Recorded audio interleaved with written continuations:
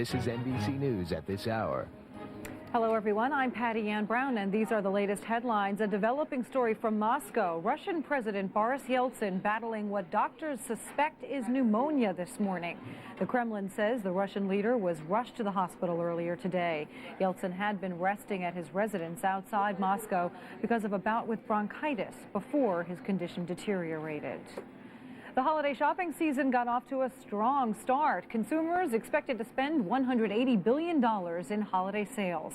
That's 5 to 6% higher than last year. And online sales could go as high as $6 billion. That is twice as much as last year. And First Lady Hillary Rodham Clinton is making her Senate run official, at least on paper. Today, Mrs. Clinton is expected to file papers in Washington, officially dropping the word exploratory from her campaign committee. Those are the stories making headlines this hour. I'm Patti Ann Browne. Special Edition is up next.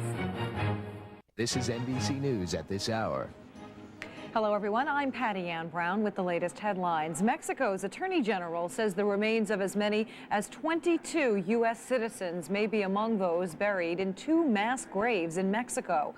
About 100 bodies, possible victims of a drug cartel, have been found buried on 2 ranches near Mexico's border with Texas.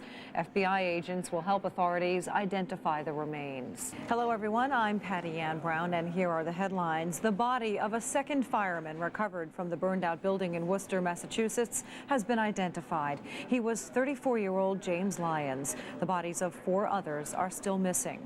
2 homeless people have pleaded not guilty to charges of involuntary manslaughter. This is NBC News at this hour.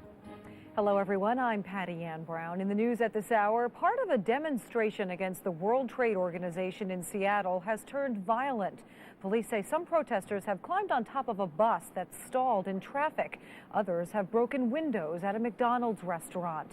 The demonstrators are part of a group of 50,000 activists expected to arrive in the city this week in protest of the World Trade Organization meeting. The protesters say the WTO's policies benefit big business at the expense of workers and the environment. Russian President Boris Yeltsin will remain in a Moscow hospital for at least a week. Doctors suspect he has pneumonia. A spokesman for Yeltsin says he will continue working while in the hospital. The Russian leader has been plagued by ailments in recent years. He also underwent quintuple heart bypass surgery in 1996. President Clinton has praised the new budget for fiscal 2000, but he says Congress has left some challenges unmet. Mr. Clinton was speaking at a Rose Garden ceremony earlier today where he signed the $390 billion budget bill. The legislation includes funds for more teachers and police officers.